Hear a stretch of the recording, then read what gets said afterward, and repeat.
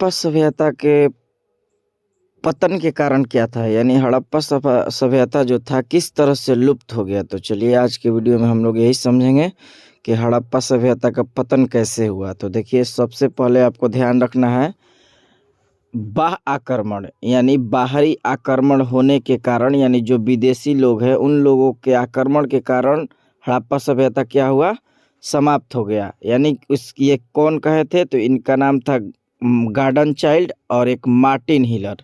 ये दोनों को कहना था कि बाह्य आक्रमण के कारण हड़प्पा सभ्यता क्या हुआ था, पतन हो गया था, यानी हड़प्पा सभ्यता का पतन हो गया। दूसरा देखिए, बाढ़ आक्रमण, यानी बाढ़ आक्रमण नहीं, माने बाढ़ से क्या हुआ था, बाढ़ आने के कारण यानी हड़प्पा सभ्यता क्या हुआ, पतन हो गया, हड़प्पा सभ्यता का पतन हो गया। ये कौन कहे थे, मार्शल और मैके। दोनों को आपको याद रखना है, ये इम्पोर्टेंट है, ये वाला आपको ध्यान रखना है। मार्शल और मैके, इनका कहना था कि हड़प्पा सभ्यता जो है बाढ़ के कारण लुप्त हो गया, यानी समाप्त हो गया।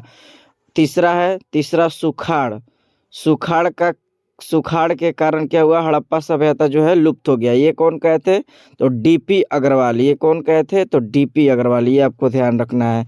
उसके बाद चौथा है जलवायु परिवर्तन, यानी जलवायु परिवर्तन होने के कारण क्या हुआ, हड़प्पा सभ्यता लुप्त हो गया। तो ये कौन कहे थे जलवायु के कारण, तो इनका नाम था ओरेल अस्टीज। यहाँ ओरेल होगा, ओरेल अस्टीज ने कहा था कि हड़प्पा सभ्यता का जो मुख्य कारण था पतन होने का, वो जलवायु परिवर्तन के कारण हड़प्पा सभ्यता क्या हुआ, समाप्त हो गया। तो देखिए, हड़प्पा सभ्यता के पतन के तो ऐसे कई कारण है, लेकिन आपको ध्यान रखना है मेन बाढ़, ये वाला इम्पोर्टेंट है, कभी कभी एग्जाम में पूछता है, तो ये ध्यान रखना है।